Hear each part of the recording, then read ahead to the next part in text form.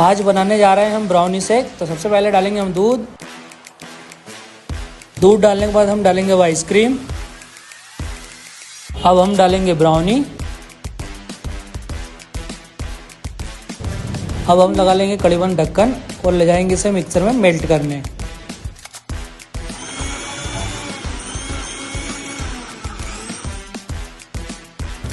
अब गिलास में डाल लेंगे हम थोड़ी सी हॉट चॉकलेट।